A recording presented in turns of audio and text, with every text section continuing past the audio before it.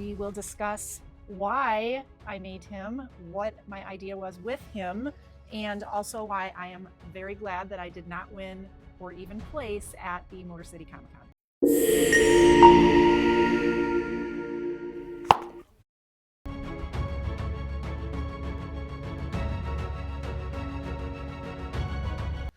All right, let's start with the head. This is the head that I built for my illusion puppet, Wicket.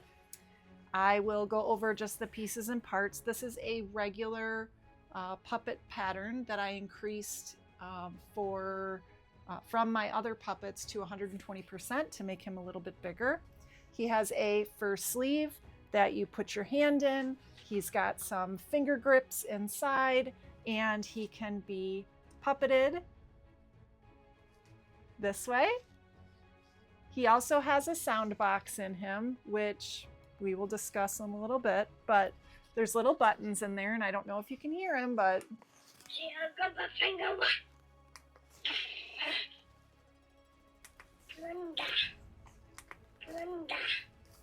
yes, I pulled the actual Ewok sounds from the movie off of the movie and added them to a digital voice box inside, and that was completely pointless because the only person that could hear him was me, and I need to make him a lot louder, so that part didn't work. In this video, we're going to talk about all the things that worked, all the things that did not work. He has like I said, the finger grips inside. He's built like a regular puppet, and the teeth are foam. The lips are EVA foam that has been painted. The nose is a epoxy clay that I sculpted, painted, and then added details to. The eyeballs are ping pong balls that have been painted black, and then brown circles were like eyeball things were painted on the inside. The rest is EVA foam all the way around. And then he was covered in fur. The ears are made from EVA foam covered in fur with some different fur textures. And his hood thing is a fabric that I got from the fabric store that I stitched together in patches and actually hand painted and sewed on the little ropes and such. And then this is all just acrylic paint. Let's take that off and I will show you what his head looks like. So this is him without his hood on. You can see that I did a little bit of gray on the front. I didn't like how white it was, so I used acrylic markers to color it in a little bit darker. So the white on his head or on his ears here was how white it actually was before. I didn't like that on his face because that's not how it is in the movie. So I took an acrylic marker and marked over the top of it. The rest is just the brown. Look at all the fur flying. The rest is just the brown fur that I used for the body.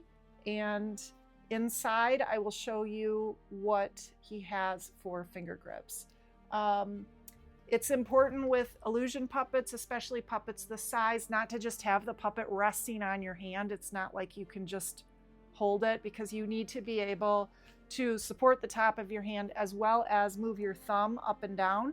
Puppets, when they talk, should move only their lower jaw, or as much as you can that way. So in order to do that, I have a little bit different technique where I take fabric, wrap it in elastic, and that way you stick your fingers into actual tubes that get glued to the EVA, so that when you raise it up, it pulls those tubes up, and then you have your illusion puppet. He was a really fun build, but we will talk about what I'm going to do with him now. Let's get on to the body. So the body, come here, buddy. Right here behind me is a circular 2-inch or maybe 3-inch piece of cushion, I guess, from Hobby Lobby. You get them in the plastic, they come in squares. I cut him in a circle, and then I cut it so that he has a little divot right here, so where my hip would go. And this came out in like a square. I will put a picture of that right there. That's what it looks like. On the knee joints, I cut another piece of square foam, and I made a T part so that it fits like this. Well, like this, but so you can see it like this. In between these two, both on this side and on this side, I used teddy bear joints. So those are the plastic pieces that go into teddy bear arms. That's how they can move. I glued the teddy bear joints in there, reinforced it, and then covered it with fabric. That way he can move his legs. Both legs were made that way. His feet are wire covered in foam, so craft foam, and then covered in a, boy, I can't talk today, foam clay. And then I added the pieces for the nails on top of that and then painted those. So those are both his feet and his hands. His arm has started coming off a little bit because the teddy bear joint pulled because of how I was pulling on him all day. But the arms do not have that joint in them. I made the foam a little bit smaller so that it would bend a little bit. And then I also cut, when you have the foam rectangle, if you take a piece of fleece and you make sure that the stretch goes long ways, if you cut a strip, you can tie a knot and pull it real tight, and that will give you that elbow joint. That's what I do for my puppets. So then the arms were attached with teddy bear joints. For the actual body, the body is just a tube of foam. And what I did is I made he looks like a garbage can. I made him like that, and then I would cut V's out of it, and I would glue those two pieces together, and that's what kind of made his body shape. Then I marked where I wanted the arms, added more EVA foam for structure, and then added the teddy bear joints so that his arm moves. On his hands, which were made the same way as his feet, I added snaps into the fur before I glued it down. Those snaps attached to I have them stored in here, my cloak. So on my cloak, when I was wearing him, it has snaps here and here where his arm would come across and hold on like this. And those snaps held his hands to my shirt. As for where I put my arm through, I cut a circle right here where my arm could go in all the way up to my shoulder. Let me bring him down a little bit so you can see. Or not. There we go. So when I have him and he's on my hip, my hand goes in like that all the way up to my shoulder, and then I can puppet him like that. When he's hanging onto my shirt, I'm inhaling fur. And then this part is two pieces of Velcro that were covered in fur so that you couldn't see how he was connected. Again, that's the whole illusion thing. He also has a snap, or like a paracord bracelet snap, like a big one, for backpacks and stuff, that hooked to a harness that I was wearing. He has a snap down here by his, in between his legs, that hooked to the belt that I made for Leia. Let me see what else I have in here. Her watch, which was just made from EVA foam covered in fabric, just like I did the belt. The belt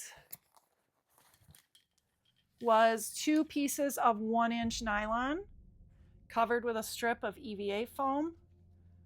Added the snaps to it. And then this lower snap would hook to the snap on the bottom of him. So when I wore this, I would put the belt on over the cloak and I would just snap him in. So he just pretty much snapped right to my body. And then I constructed the pouch out of a couple pieces of EVA foam and covered it in fabric. It doesn't open, but that's okay. I didn't need to store anything. So that was the belt. I would put the cloak on, the belt. In order to make the fake arm look correct to get the illusion, I made the cloak normal, like you would something you would wear. And then I cut a hole in the front so you can see it here.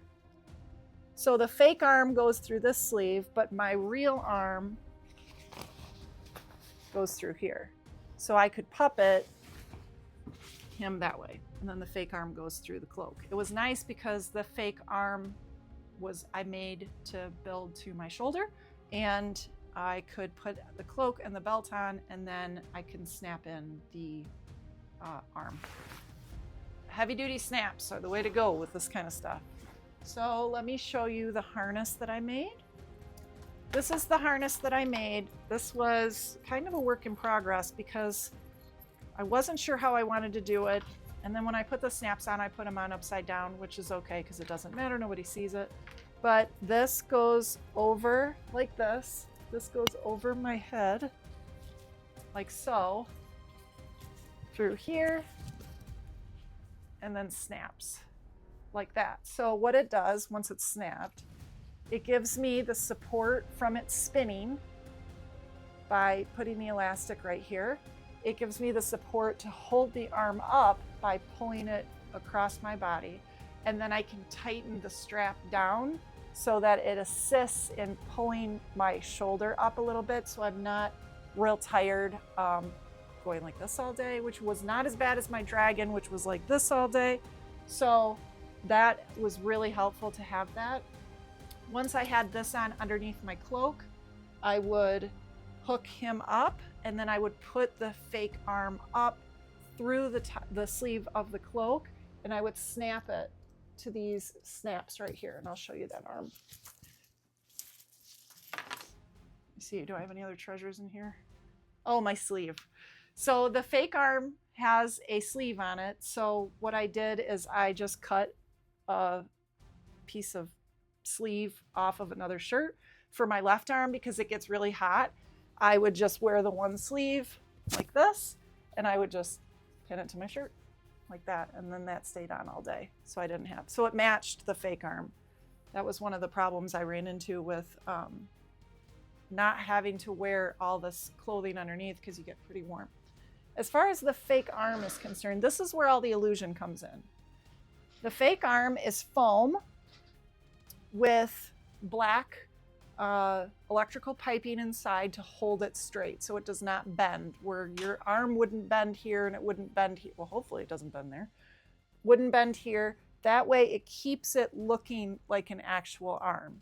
So I put the foam in a tube, a little bit bigger on one side, smaller on the other, and then I would put the halfway, so I measured it to my arm, found where my elbow would be, and I would use that technique of tying that fabric real tight so that it creates that indent of like what this would be. And then I added fabric to the snaps up here. Let me take this pin off and you'll be able to see what it looks like. And again, the sleeve is just pinned on so that if I want to use this fake arm again for another one, I don't have to make a whole nother snap. So that's what it looks like. It's just foam covered in fabric, and then it's kind of tapered at the side, like how your shoulder would taper back. So it's tapered so that this lays flat on my shoulder, but it still has that little bit of a shoulder joint. Goes down. As for the hand, it looks real, doesn't it? The hand is being held on by the matching bracelet here, which has a zip tie inside of that fabric. That is then connected to the puppet, and the hand is actually posable. Ooh, that looks weird. The hand is posable. So if I wanted to, you know, give a peace sign or something, that's, hey, what's up? You know, so the nails match my nails, and it feels really weird because it's a silicone hand. I purchased that on Amazon. I will add the link below as to where I got that. I had to create a kind of a weird connector to that. Funny story, I had to go into Lowe's with my fake silicone hand and ask them for the screw size that fits into the bracket inside because I didn't know what it was. And that was an interesting conversation with the Lowe's people who wanted to know why I had a fake hand, and it was a long explanation. So let's talk about what I'm gonna do with him now and why I'm glad I did not place at the cosplay competition. Here's what I'm gonna do with him. He's too light. I've watched the movie 100 times. He's too light. So I'm going to attempt to dye his fur a little bit darker. This guy right here is getting retired. Sorry, buddy. You worked hard, but he is getting retired, and I'm building a new head for this body. It wasn't a difficult build, but it's a lot of product in this build. We'll talk about cost in a minute, but there's a lot of product in this build, and there's no reason to build a whole nother body, both for storage and for time. So I am going to color his fur a little bit darker. I'm going to use some different techniques to make his fur darker and remake the head so that I can compete with him again. His arm needs to be fixed, so I think his arms are going to get replaced. I don't like his hands. That's just me. I think his fingers look like giant sausages, but nobody else seemed to notice. But I'm extremely particular when it comes to trying to get it exactly right.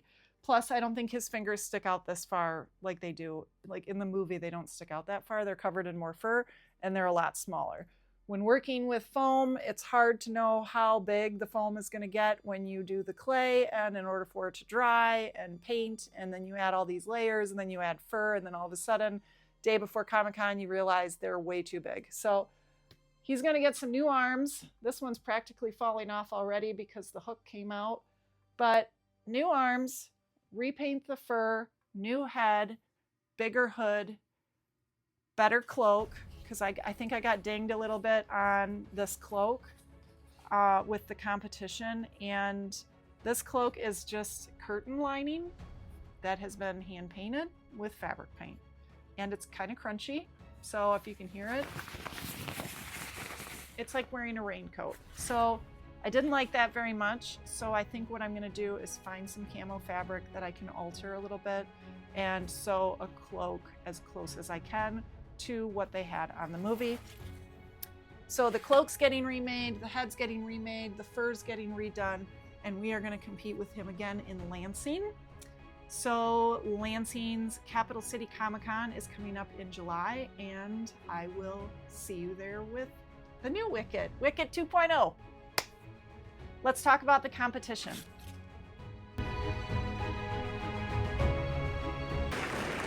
Next up, we have Puppets Over People as Princess Leia from Star Wars and French. Puppets Over People created all of Princess Leia's clothes, cloak, and accessories. She also handcrafted Wicket herself and Wicket's accessories.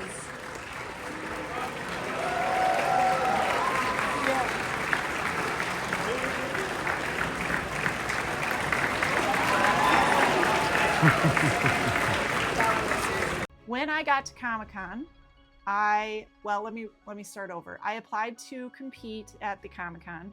I paid my dues or my fee to get into Comic-Con's contest, and I received an email from the director who was a little confused about when I said I was bringing a puppet. Part of this contest is that there is no performance. It is only poses. You can't perform, you can't sing, dance, move around, anything like that, which is absolutely fine. That's their rules. So I emailed her back and I tried to explain this is an illusion puppet. This is not like a Muppet style puppet. So I emailed her back, explained a little bit what the puppet was, and I explained, the only way I can explain this to people is if I use the reference of like Venom. I said, have you ever seen like fake arms of like Venom going around, that type of thing? That's what it's like. She said, great, everything's good. We go out there. I think there was a little bit of a misunderstanding on what I was being judged on, although I think I still did really well at the Comic-Con, so it's okay. I am not upset at all. Here's why. While I was there, everybody loved Wicket. Everybody loved Wicket. So I'm going through the crowds. I can't get 2 feet without taking photos. Everybody blew up about him, and it was amazing. And that's what Comic-Con is about. So many kids were so happy to see him. Adults, it like brought them back to their childhood. That is what Comic-Con is about. It is not about the contest. It is about expressing your art, whether it's armor or puppets or any kind of cosplay you want to do, something huge over the top or sewing or whatever. That's what it's about. So the entire Comic-Con is not about the contest. It's about the people that you meet at this Comic-Con. When I lined up for the cosplay contest, we were going over what was going to be read when I walked on stage, and it was mentioned that Wicket is considered a prop. I'm not still to this day quite sure what a definition of a prop is in cosplay. I feel like if I'm wearing him, he's not a prop because I'm literally have him on my arm. So if I had armor on my arm, would that be a prop? If I had a wig on, would that be a prop? If I, so it's okay. My confusion is still there a little bit. So I don't know how to define what a prop is and what a prop isn't when I'm wearing it. So the only thing I can think of is because it's 2 characters. Technically, it's Leia and Wicket. So it's not one cohesive character. And I guess that's how I'm going to define it, is he was a separate character and only one of us could compete. And I was the one that was alive. So I was the one competing, and that is where the confusion came in with the puppet. Whether or not I will be able to compete again with another illusion puppet at another Motor City Comic-Con, I don't know. I don't know if that's considered a prop or if that's not considered a prop, or if it's like if I did Venom, is that the same character? So would that be considered a prop? There's just a lot of questions. Although the director the cosplay contest director gal reached out to me and said that they're thinking about adding a prop category. So hopefully if they add something where I can compete with Wicket, or not Wicket, but another illusion puppet again, then I might go back. Unfortunately, their fall show is the same day as the Grand Rapids show. And since I work in Grand Rapids, I'm going to go to the Grand Rapids show. So maybe next year we'll find out if there's a little bit more details on how they want to do their cosplay contest. This is their contest, so they can do it however they want. With that being said, the people that won, absolutely amazing. The first place winner spent so much time on her cosplay. She researched it. She did Victorian Hawkeye. She sewed everything. I mean, it was unbelievable. Second place was Edward Scissorhands. Beautiful cosplay. It looked just like him, and I was in awe at how well it looked. Third place was a sewn dress with gold piecing, and I can't even explain it. You'll have to check them out. I'll try to tag them in this video so that you can see what their cosplays look like. But those were the top 3. Judges' choice were exactly that. Their choice. It didn't have to fall into a certain category or who the public liked or anything like that. That was their choice. And I'm glad that they were able to do that and get their choice of whatever. So bad part is I didn't place. I was a little disappointed, but good thing is Wicket gets to see another cosplay contest. And that is what it is all about, is bringing our art into the world where everybody can enjoy it, and to be able to get the opportunity to do that again is a blessing. So I would like to thank the Motor City Comic-Con for having me out, and it was the biggest con I've ever been to. This is only my 2nd cosplay, and I am so happy that I was able to participate, and I hope to do it again next year. I look forward to a lot more illusion puppets. So thank you to Motor City Comic-Con for having me out there, and it was a blast meeting all of you, and we had so much fun. So I am going to get started on Wicket. I have a couple more ideas on what illusion puppets I want to do next. I was thinking, and you tell me what you think. I was thinking Scarlet Overkill with the 3 minions, Alien with Ripley, Yoda with Luke, and everybody loves Star Wars. So yeah, Yoda with Luke, or Maleficent with real wings, or I don't know. I need something. If you have any ideas of what would be a cute puppeted character or a fun puppeted character, something that everybody knows and loves, and have any ideas about that, I would love to hear them. So leave a comment. Thank you for watching Puppets Over People, and have a crafty day. Bye!